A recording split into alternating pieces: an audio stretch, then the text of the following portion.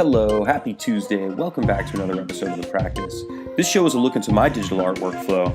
I'm Stuart. I'm a 3D artist, illustrator, designer, and your pal, and I'm excited to have you back again this week. This is a very special second episode of a two-part series that I've been doing that centers on this typographic poster that I made. The first episode was in Cinema 4D, and we developed a 3D model with typography and this colorful, crazy, abstract background. And now the second part of the series is going to be centered just on retouching and color correcting and adding lots of additional details and textures in Photoshop. Now, as I explained, if you saw the episode last week, the whole idea about this is making it better. And with my workflow, a lot of times I get into the habit of making pieces quickly, and maybe they're a little bit careless, and maybe the details aren't thought out as nicely as they should be. And so the inspiration this week was to buck that trend a little bit and to spend a little bit of extra time beyond the typical 2 hours that I spend on an episode of The Practice. And really, I wanted to make this better, right? And so we're making it visually better, and we're focusing on all these little details. And what's also special about this second part is that this print is available for purchase on my Society 6 store.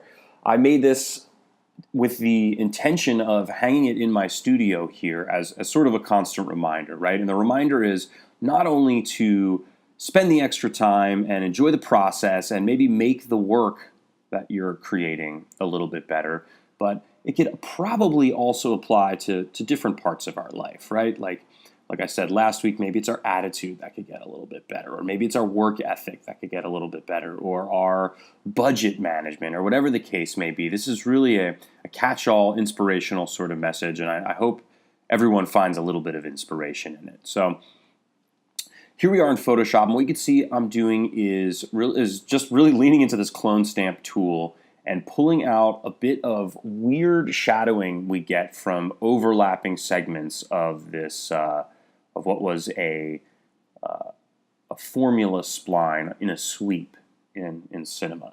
And it gives us this really, really nice squiggle, and I loved the line quality so much that I didn't want to mess with the 3D model, and I decided that since we would be spending some time in Photoshop retouching, that I didn't mind just clone stamping out these little overlapping segments that got a little bit dark. And if you're unfamiliar with the clone stamp tool, it's a really awesome, heavily used feature in Photoshop that allows you to sample bits of the image to paste again on top of a different segment of the image. So you can see what I do is I sample the color and the texture just next to the areas that I want to remove using the Option key. So I Option click next to the item that I want to get rid of, and then I use that little sample to basically paste over the areas that I don't want. And what's great is you can do that with layers so as to keep things flexible and clean and non-destructive where possible. And typically I also don't work at this scale. At the end of last episode, what I did was put out an enormous rendering. I think it's something like 22 by 28 at 300 dpi, so probably 5 times the size of a typical rendering that I'll output. And what happens with that is you get these really zoomed in areas where you see little issues in the geometry or the model or the rendering that you typically wouldn't have seen in a piece that wasn't intended for print.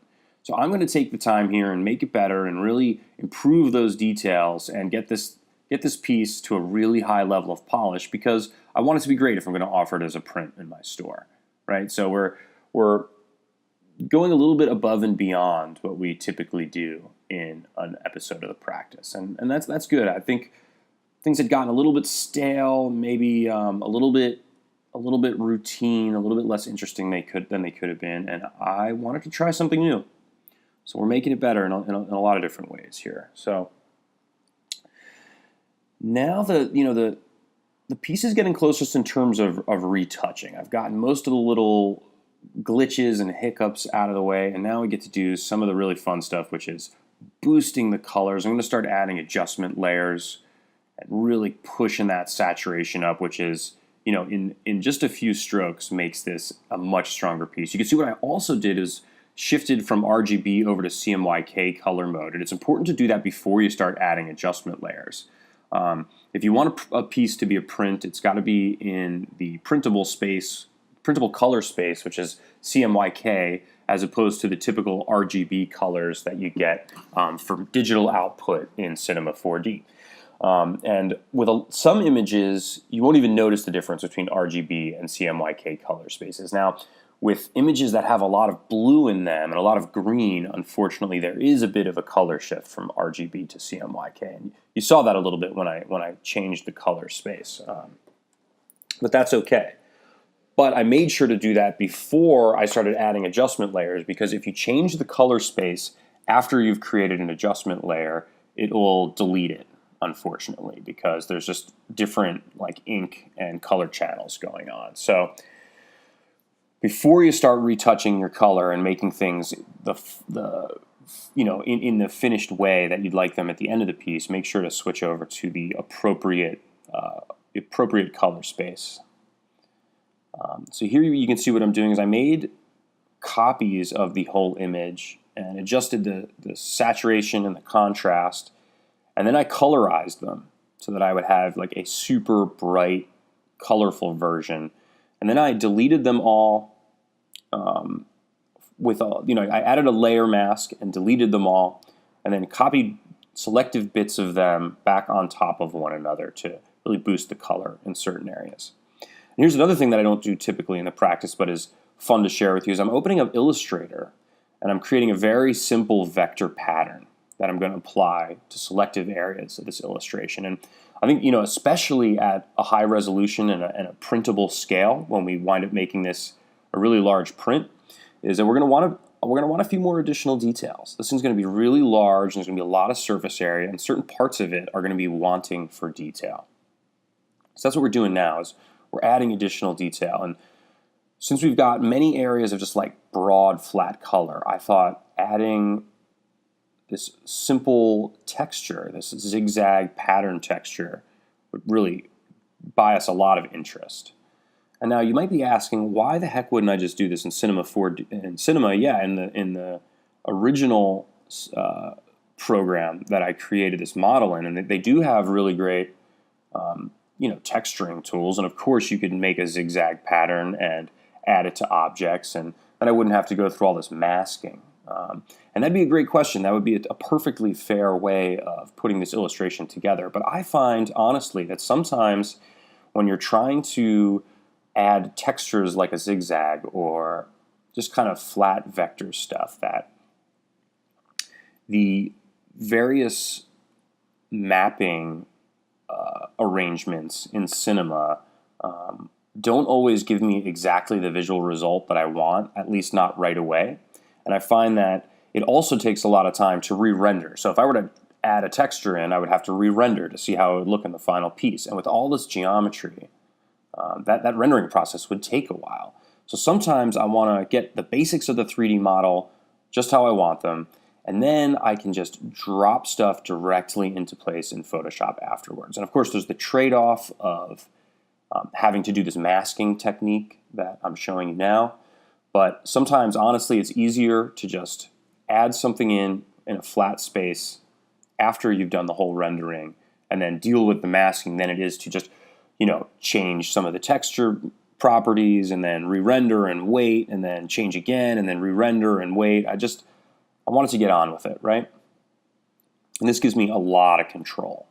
A little bit more tedious, perhaps, but I think it's probably at the end of the day a little bit quicker, and it definitely gives me more control. So that's a little explanation as to why I'm texturing in Photoshop as opposed to directly in Cinema 4D. Now, if you're less comfortable in Photoshop with these masking techniques, maybe it makes sense to continue doing it in Cinema.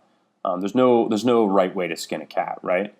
But that's sort of why it's interesting, I think, to look at other people's workflows and to see how other artists accomplish things. And I get a lot of comments on this show about it moving too quickly or not addressing specific features in Cinema or Photoshop enough to be strictly a tutorial. And while I apologize, this show is not intended to be a strict tutorial. There's lots of very explicit step-by-step tutorials available on the internet, and that's not what I'm doing with this show. This show is a look into my workflow and an overview into sort of my thought process as I'm creating things.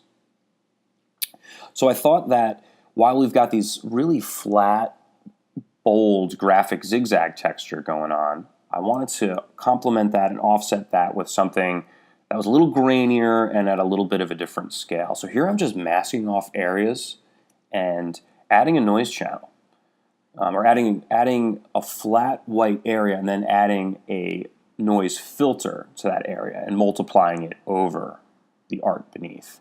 And that's given us just this very nice, like pointillist, stippled kind of pattern. And I think, contrast is always great. I'm always talking about harmony and contrast.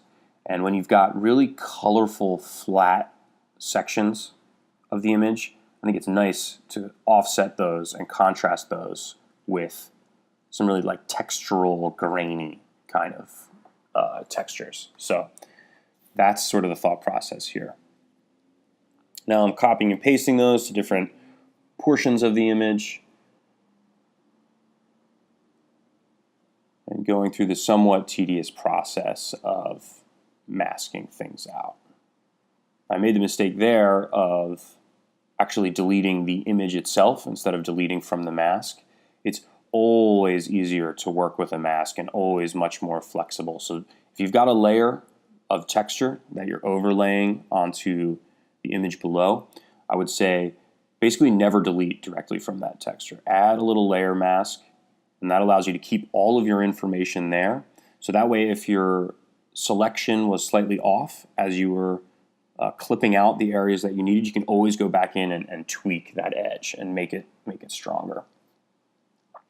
Now, since a lot of the art had sort of a flat look and wasn't super heavily shadowed, I felt that this little signature line of mine was a little bit too heavily shadowed. So I just made a selection of the orange faces and copied and pasted a version of that on top of the art itself. And then I just dropped in some flat color beneath at a lowered opacity just to sort of subdue the shadows behind.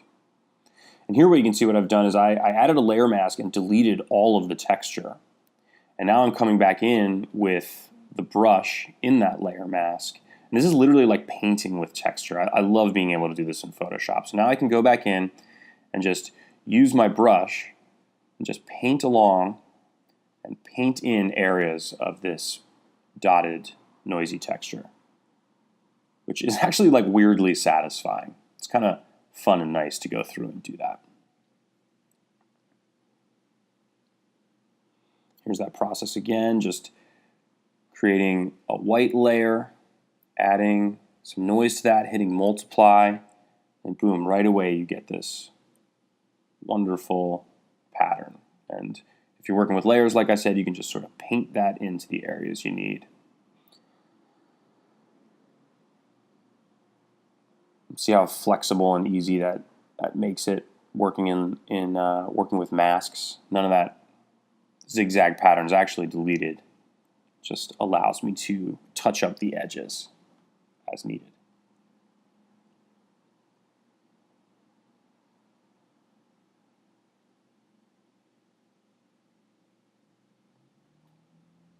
Now we're getting really, really close to the finished piece. Just a little bit more texture, a little bit more pattern, and we'll be there. I can't wait to hang this on the wall. I can't wait to share this with all of you and get your opinions on it. Hopefully the whole make it better ideology is something that appeals to you guys. Hopefully you found this change of pace in the practice in my show a little bit interesting and a little bit inspiring, and maybe it encourages you to, switch up your perspective a little bit and maybe spend a little more time with a particular image or try some new techniques. Or maybe if you're the type of artist who, instead of rushing through images in an effort to get to the next one, maybe you're the type of artist who just really focuses on one piece for too long and has a tough time calling it finished and moving on to the next piece. Maybe you can use this as inspiration to get past that and to call it done and to move on to the next piece. So, we've all got methods to our madness, and I think we could all use a a change of pace every now and then from the way we typically do things. So I'd encourage you to try something new and to make it better, right? So check out the links below to my Society 6 shop and pick up a print of this piece if you're feeling it. I'll certainly be hanging one in my studio. If you missed the first part of this, please go back and check out the creation process of the 3D model in Cinema 4D. There'll be links below to that as well. If you have found this video useful, please hit like and subscribe. If you have any further questions, please don't hesitate to drop one in the comments below. If you want to keep up with me and the work that I'm doing, I'm at DLGNCE on Instagram and Twitter. And until next time, thank you so much. Stay after your practice, and we'll see you next week. See ya. Bye.